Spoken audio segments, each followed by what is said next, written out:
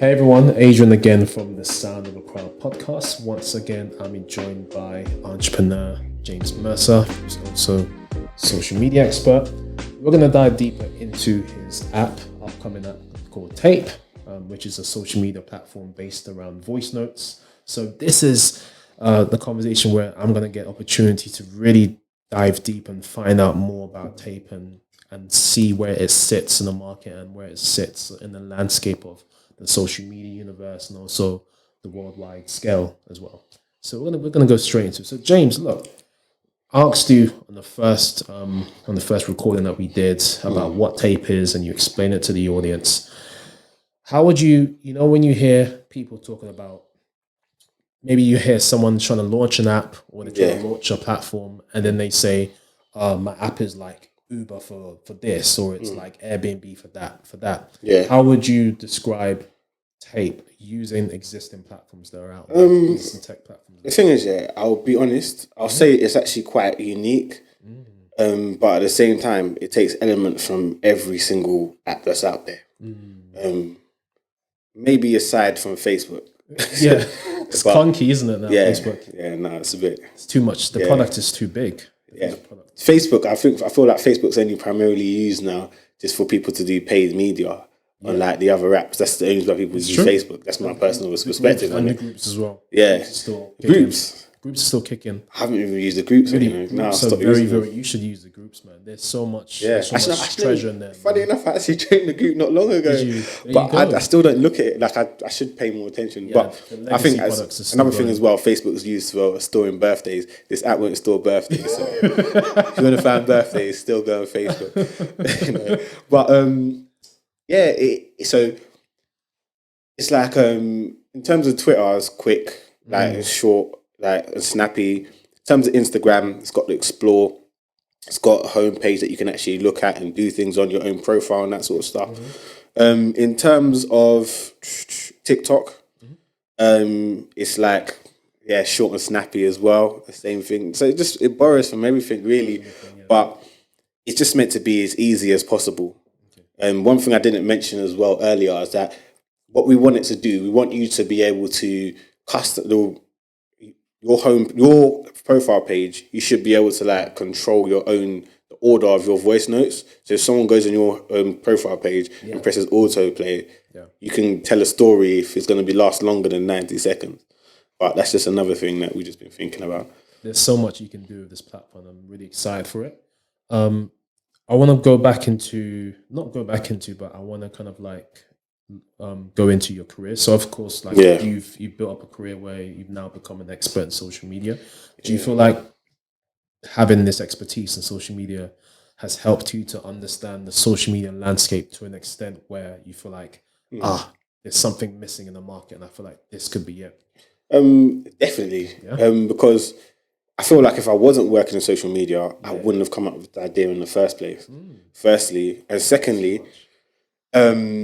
like just like any job, you start working at the job, you learn the craft, and then you go and do your own thing. And, start yourself.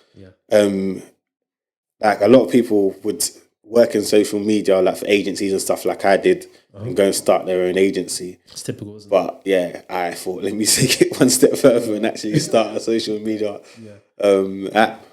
Hopefully, if it does what it's meant to do, and it helps people in the way it's meant to help people, it can be massive and it can provide a lot of jobs. Yeah, we're going to talk about actually like how massive it could be, because I mean this is a bold move stepping into the shoes of Facebooks, Instagrams, TikToks, Snapchats. We could go on and on. There's so many social media platforms. I'm sure you know them all. How well do you feel like Tayp could fit in with those big dogs?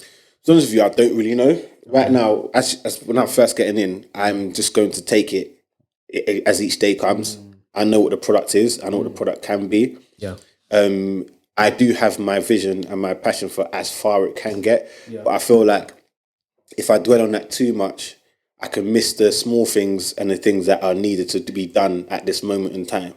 So I'm focused on making it the best Tayp it can be for right now, so people can actually enjoy a product that they'll actually really like. That they really like. You know? That makes sense.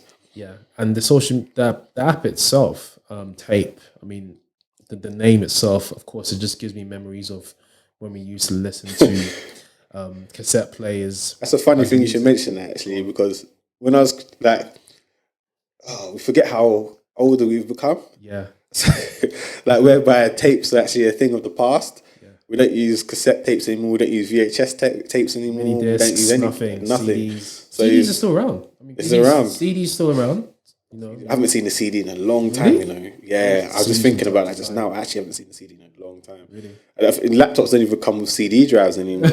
It's that man. I had a neighbor in Hertfordshire because I had to go and do some landlord visits, and she asked me if I could help her convert a VHS into a CD. So I'm telling you, is that possible? It's possible. It's possible. There is the equipment out there for it. Wow. It just shows you that these legacy type of media is still being consumed, but of course in very small amounts.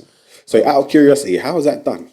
I don't know how it's done, but I know you can get it as a service, or you can get a specific machine or equipment that can do it for you. It can convert the VHS into it can basically extract the content from the VHS into a CD or USB stick or whatever, or DVD, whatever it is. Yeah. The reason I asked that question because I remember with tapes, you had to record one tape onto another. You had to just leave it playing the whole entire time. Yeah. I remember that. And as I was thinking, the VHS, do you have to leave it playing for the whole time? I don't even know, you know what I mean? But I know that the service exists and the product exists to make that happen. Yeah.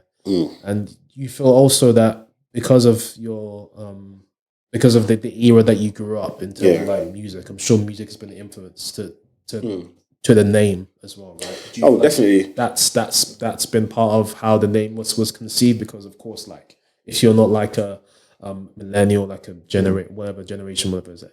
Sometimes I mix these generations up.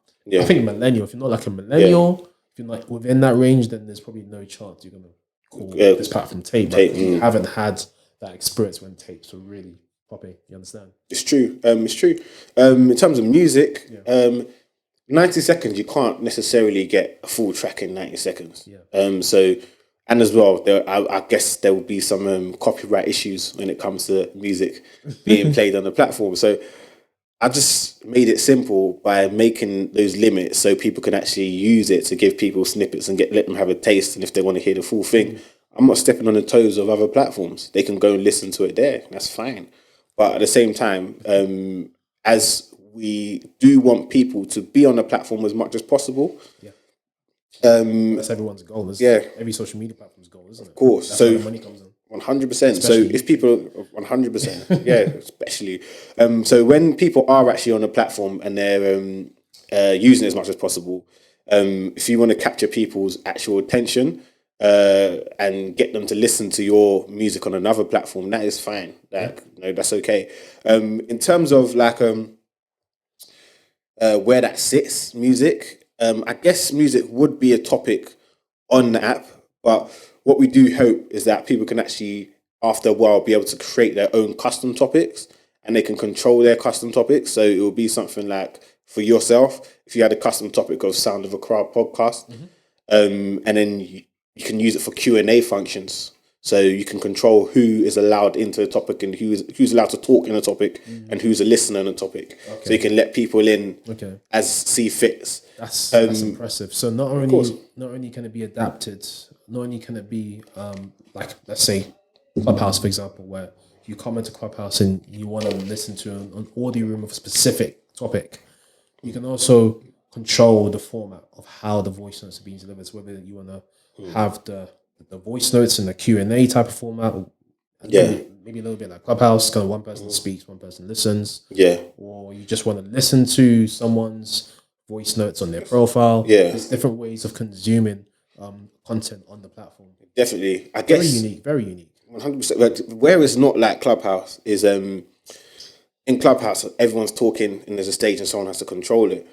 This is probably a bit easy to control, in the sense that you say your piece without any interruptions and you respond to that piece without any interruptions.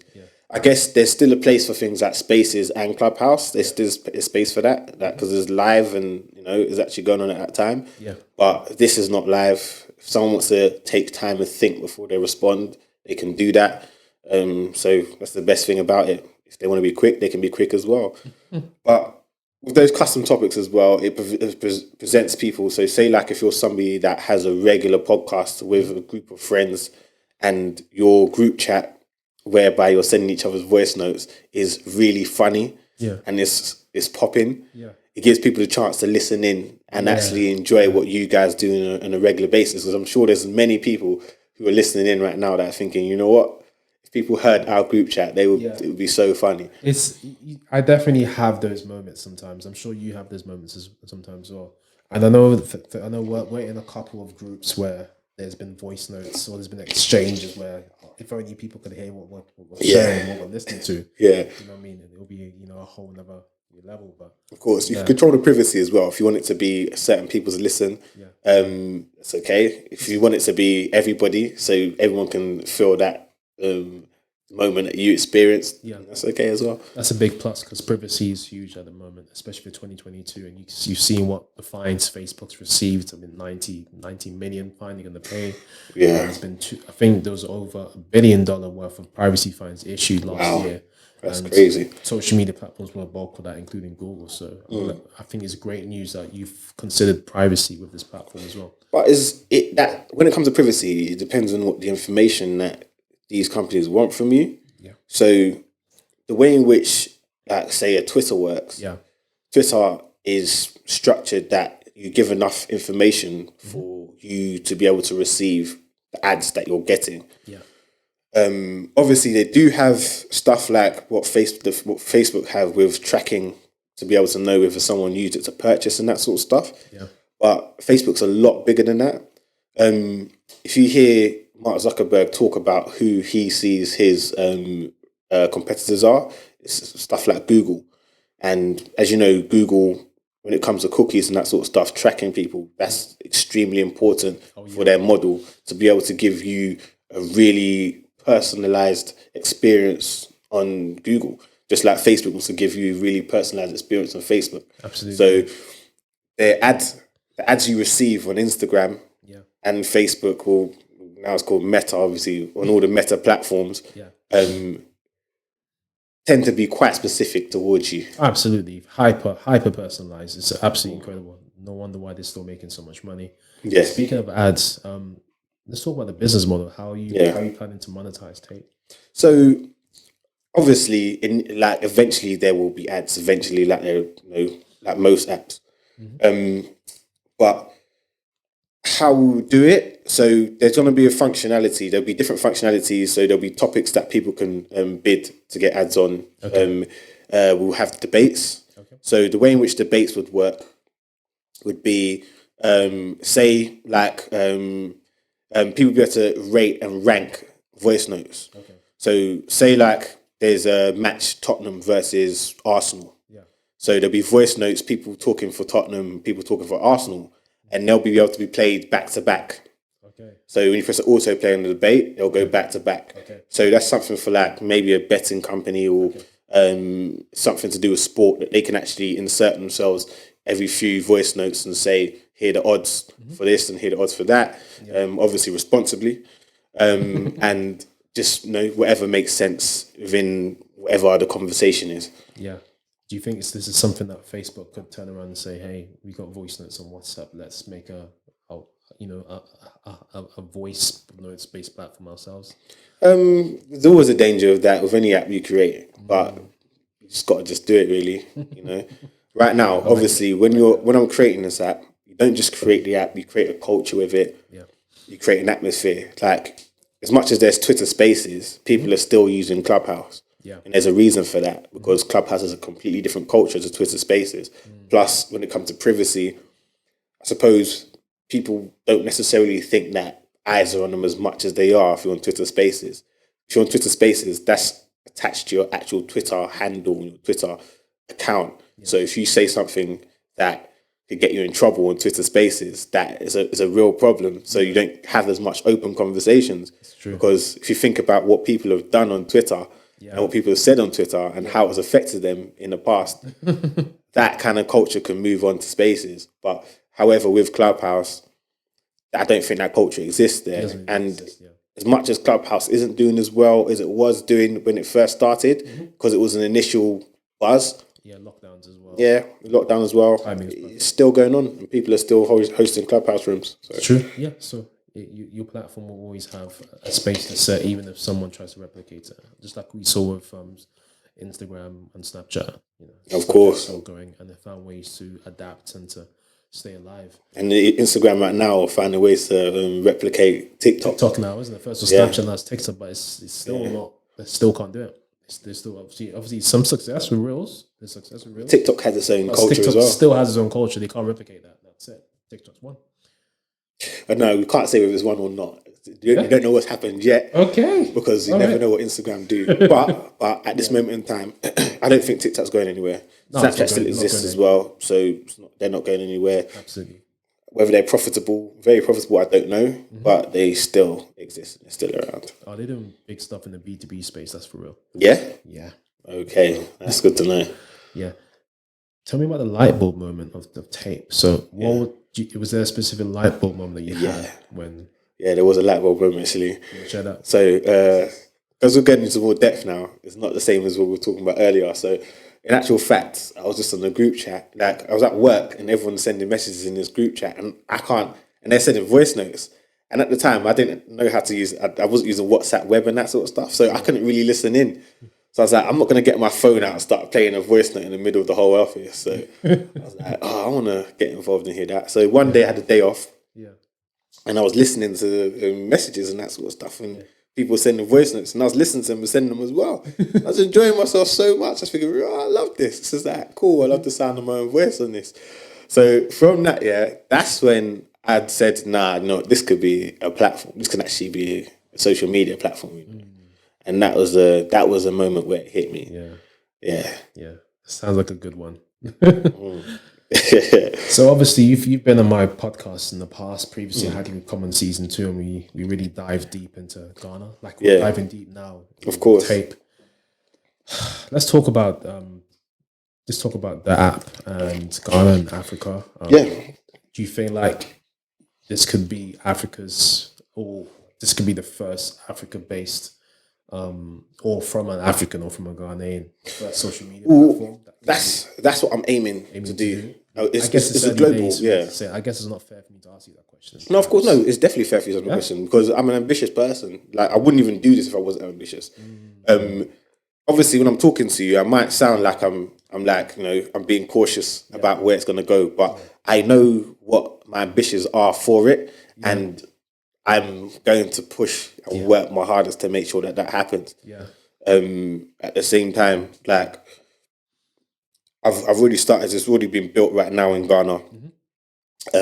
When the time comes, everything that is done will be from there, and the purpose of that is to just develop the continent as much as possible.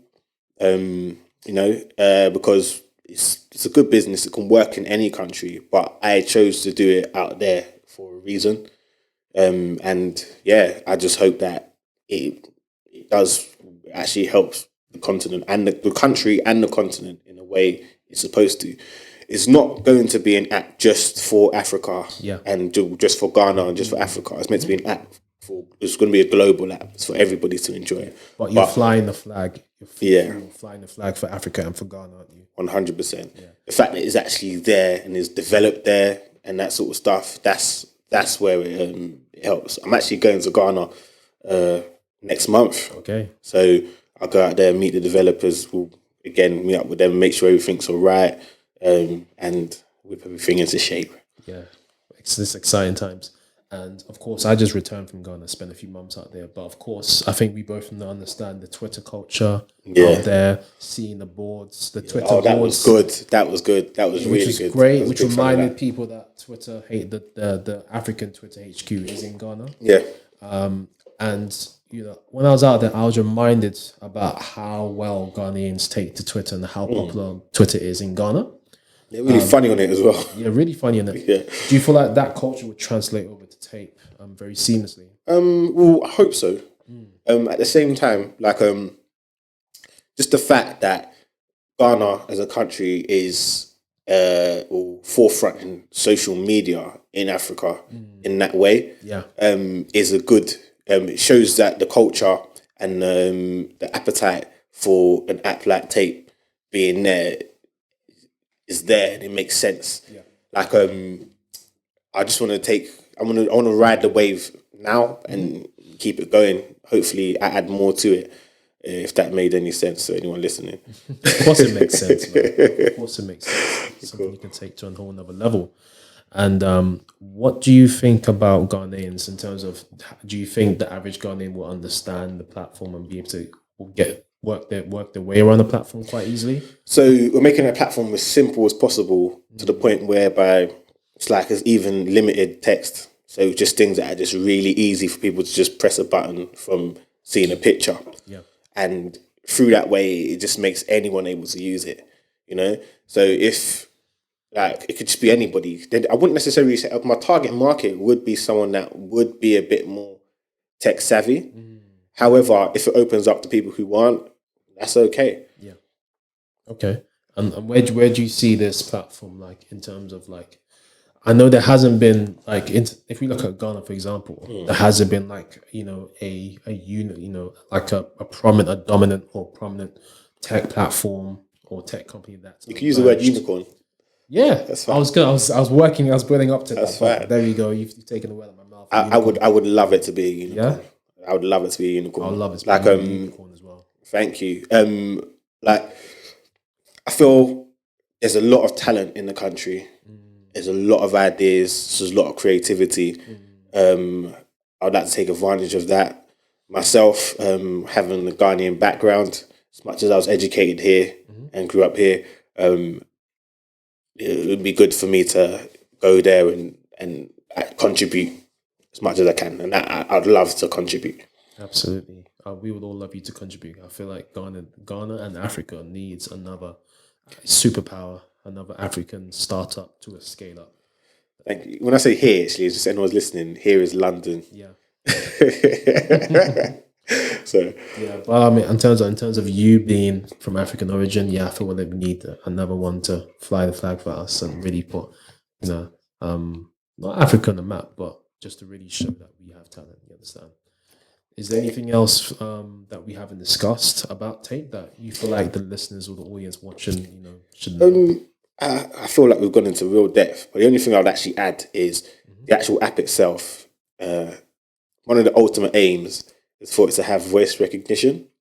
So we would like it to be an app that you could actually find and use on your Google Home or your Amazon Echo, or your Apple. I don't know what the Apple one's called. The Apple Home. We've got the Siri. HomePod, I believe. Yeah, something like that. Yeah, so you use it on that, and it'll be something that you can listen to the voice notes whilst you're driving, whilst you're taking a run, or whilst you're out and about, and entertain yourself and get some information at the same time. Powerful. That'll be a very interesting integration, because I don't know if there's been a social media platform that's been able to integrate themselves with, the likes of these voice activated devices or in cars where you can actually listen to the actual social media platform. That's never been done. So if that does happen, brother, you have definitely made a breakthrough, man. So we're all rooting for you. Looking forward to Tayp. That's 100%. That's definitely going to happen, by the way, just to let you know. That's it. 100%. So, so I guess that's it. Fantastic. Well, there you have it, guys. That's Tayp. Looking forward to seeing Tayp come out soon. And, of course, James with me here, he'll be able to speak to you a bit more about Tayp. Just, look in the links below and you'll be able to get in touch with him. And, that's our conversation for now. Thank you for tuning in. Thank you for watching. And we're looking forward to seeing the launch of Tayp very soon. Thank you very much. Cheers. Thanks, James. Thanks for coming on. All right.